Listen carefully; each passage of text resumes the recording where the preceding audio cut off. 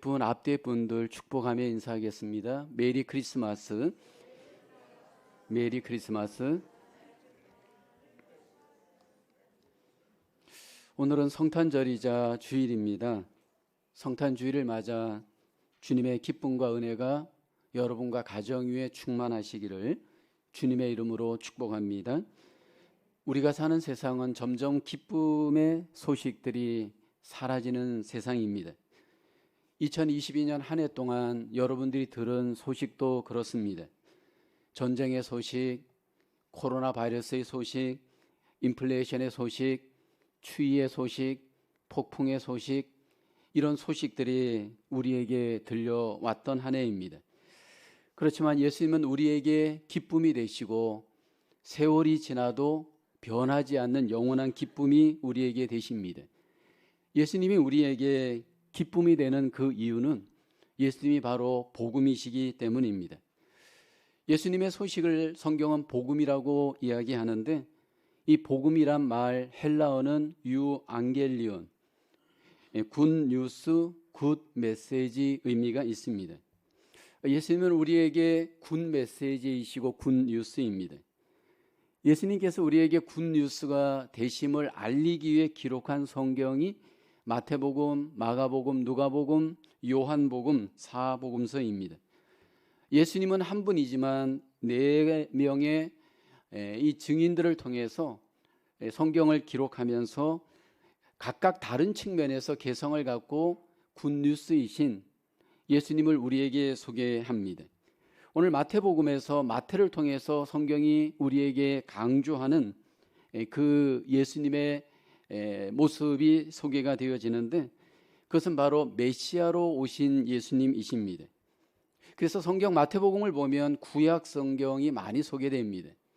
왜냐하면 예수님이 구약에 약속하신 메시아로 이 땅에 오신 분이기 때문입니다.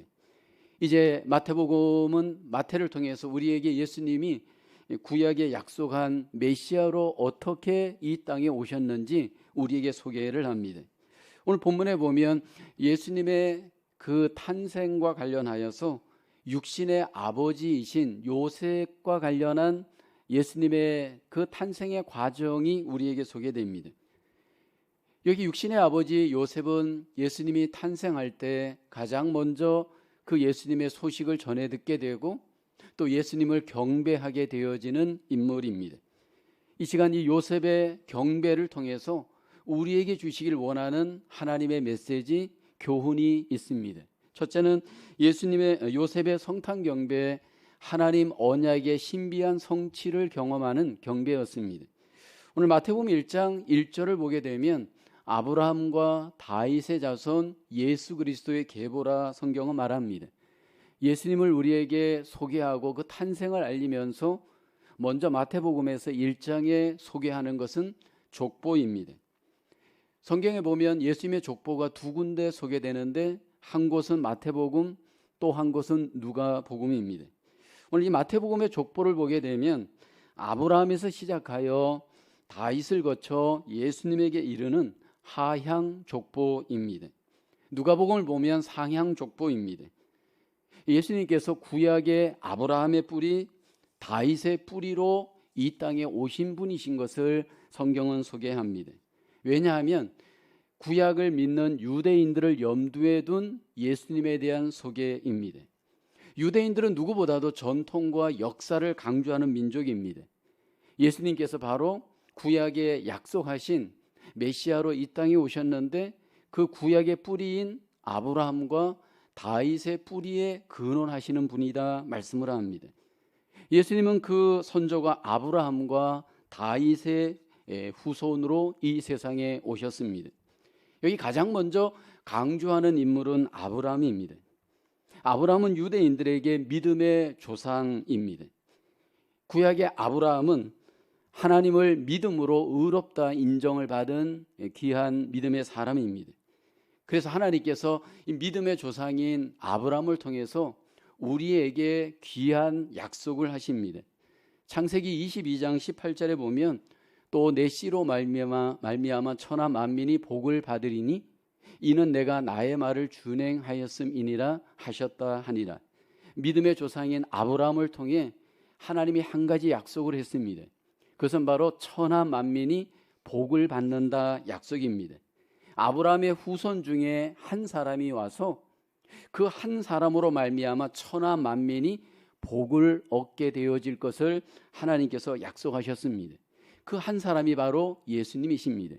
예수님이 이 땅에 오신 것은 천하 만민이 하나님이 약속한 그 복을 얻게 하시는 메시아로 우리에게 오신 겁니다. 또 하나 구약에서 근거한 예수님에 대한 약속은 예수님은 다윗 왕가의 후손으로 이 세상에 오십니다. 사무엘하 7장 12절 13절을 보면 내 수완이 차서 내 조상들과 함께 누울 때 내가 내 몸에서 날 내 씨를 내 뒤에 세워 그의 나라를 견고하게 하리라. 그는 내 이름을 위하여 집을 건축할 것이요 나는 그의 나라 왕위를 영원히 견고하게 하리라.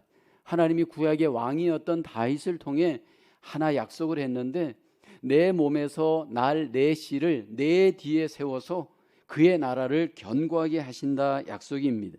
다윗의 후손 가운데 하나님께서 씨를 세워서 하나님의 나라를 영원하게 견고하게 세울 것을 약속하셨습니다. 그 다윗의 뒤를 이어서 이 세상에 오신 분이 바로 예수님이십니다. 예수님은 아브라함의 후손으로 다윗의 후손으로 오셔서 우리에게 왕이 되시고 우리에게 하나님의 복, 하나님의 나라를 이루실 만왕의 왕이십니다.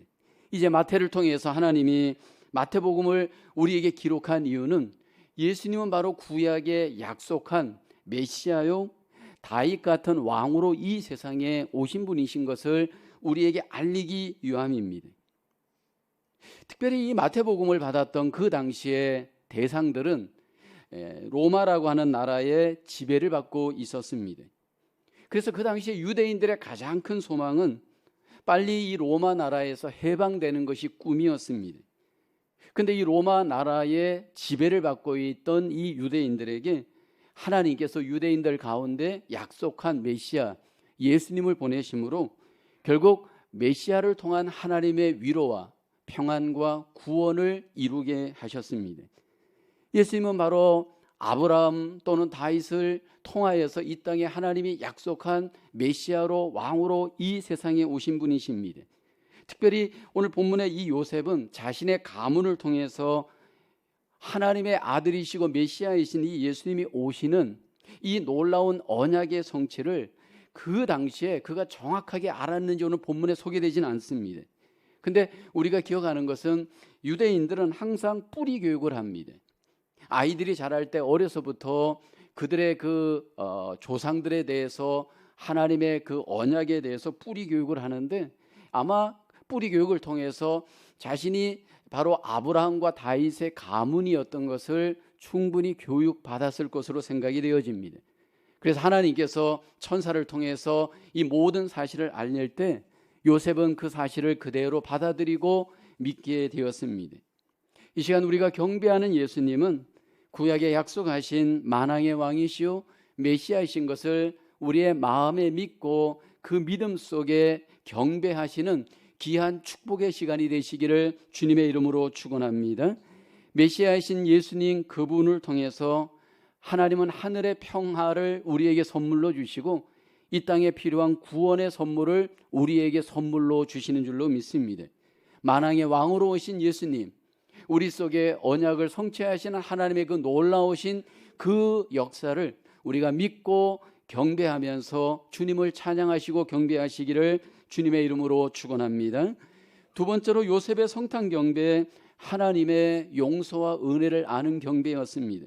마태복음 1장 19절을 보면 요셉에 대한 소개가 이렇게 됩니다. 그의 남편 요셉은 의로운 사람이라 그를 드러내지 아니하고 가만히 끊고자 하여라고 합니다.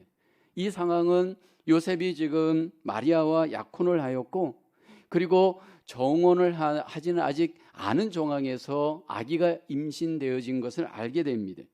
그런데 이 모든 사실을 요셉이 알고 났을 때 이 사실을 그는 은혜롭게 처리를 합니다.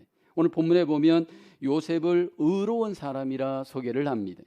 여기 의라고 하는 것은 원어를 보게 되어지면 하나님의 의를 의미합니다. 하나님의 성품, 하나님의 뜻을 의미합니다. 요셉은 하나님을 경외하면서 하나님의 뜻을 알고 실천하는 자였습니다. 그 가운데 예수님의 성탄을 경험하고 경배하게 되어집니다. 약혼하고 난 뒤에 만약에 결혼하기 전에 배우자가 임신한 상황을 알게 되면 결국 그것은 간음이 되어집니다. 율법에 보면 간음한 남녀에 대해서는 성경은 아주 엄격하게 처리할 것을 말씀을 합니다. 신명기 22장 23, 24절을 보면 처녀인 여자가 남자와 약혼한 후에 어떤 남자가 그를 성읍 중에 만나 동침하면 너희는 그들을 둘 다 성읍 문으로 끌어내고 그들을 돌로 쳐 죽일 것이니 그 처녀는 성 안에 있으면서도 소리 지르지 아니하였으며 그 남자는 그 이웃인 아내를 욕보였음이라. 너는 이같이 하여 너희 가운데에 악을 제할지니라. 요셉은 유대인으로서 이 율법을 알았을 겁니다. 근데 그는 율법대로 행하지 않았습니다. 약혼을 하고 정혼한 자기 이 와이프가 될 이 마리아가 이제 임신한 사실을 알았을 때 그는 공개적으로 그 악을 드러내지 않습니다. 19절을 보게 되어지면 그를 드러내지 아니하고 가만히 끊고자 하여라고 합니다. 여러분, 드러내지 않는 것이 바로 은혜입니다. 율법은 우리를 자꾸 드러내게 합니다. 죄를 드러내게 하고 문제를 드러내게 하고 그리고 어떤 약점들을 자꾸 드러내게 합니다. 근데 요셉은 율법을 알았지만 은혜로서 율법을 이해하고 그는 행동하는 자였습니다. 여러분, 성경을 보게 되면 성경에는 두 가지의 복음이 우리에게 소개됩니다. 우선은 율법의 복음이고 또 하나는 십자가의 복음입니다. 여러분, 율법도 우리에게 사실은 복음입니다. 왜냐하면 율법을 지키게 되면 하나님이 우리에게 하나님의 복을 약속을 합니다. 근데 여러분, 그 율법은 굉장히 높은 기준입니다. 하나님께서 율법을 통해서 우리에게 약속한 그 모든 율법들을 보면 너무 수준이 높아서 여러분, 이것을 우리가 지켜낼 수가 없습니다. 근데 하나님은 수준이 높으신 분이기 때문에 우리에게 수준 높은 율법을 통해 율법을 지켜라. 그러면 내가 너희에게 이렇게 복을 주겠다. 그렇게 약속을 합니다. 그러나 인간의 능력으로는 율법을 지켜낼 능력이 없습니다. 그래서 하나님이 율법을 우리에게 주신 목적은 우리가 죄인인 것을 알게 하기 위한 목적입니다. 너 한번 율법을 지켜봐. 근데 그 율법을 우리에게 주었을 때 그 율법대로 지켜내는 이는 아무도 없습니다. 그렇게 해서 율법을 주신 이유는 바로 내가 죄인인 것을 알게 하기 위한 목적입니다. 두 번째로 십자가의 복음은 우리가 죄인으로서 어떻게 그 죄를 해결받을 수 있는가를 보여주는 하나님의 복음입니다. 죄를 지은 사람이 죄값으로 반드시 죽어야 합니다. 그런데 모든 율법을 어긴 사람들이 그 죄값을 받지 않고 예수 그리스도를 믿을 때 죄값을 용서를 받습니다. 왜냐하면 예수님이 우리의 죄를 십자가에서 깨끗하게 담당하여 주셨기 때문입니다. 예수님이 그 십자가에서 우리의 죄를 드러내지 아니하고 덮어주고 용서하여 주셨기 때문입니다.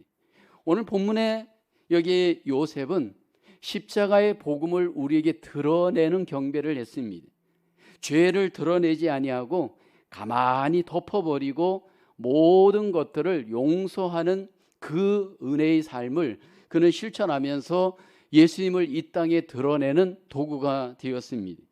오늘 이 시간 저와 여러분들이 주님 앞에 모였을 때 혹시 나는 자꾸 누군가의 죄를 드러내려고 하고 있지는 않은지, 하나님께서 나의 죄를 덮어주고 용서해 주었다면 이제 나도 덮어주고 용서하며 주님을 찬양하고 경배하는 경배의 도구가 되어지기를 주님의 이름으로 축원합니다. 우리가 은혜의 도구가 되고 용서의 도구가 되고 그래서 하나님의 의를 이 땅에 드러내는 그 십자가의 도구, 하나님은 우리에게 원하십니다. 2022년 성탄절을 맞이해서 다시 한번 우리 속에 은혜가 충만하고 그 충만한 은혜로 우리의 이웃들과의 관계에 더욱더 주님을 드러내고 하나님 앞에 은혜를 드러내는 저와 여러분의 삶으로 하나님 앞에 승리하시는 경배의 삶이 되기를 주님의 이름으로 축원합니다. 세 번째로 요셉의 성탄 경배는 하나님의 뜻에 순종하는 경배였습니다. 24절을 보게 되면 요셉이 잠에서 깨어 일어나 주의 사자의 분부대로 행하여 그의 아내를 데려왔으나 말씀하죠. 꿈에 하나님께서 요셉에게 나타나셔서 이 모든 사실을 알리는데 특별히 세 가지 정도 하나님께서 요셉에게 알렸습니다.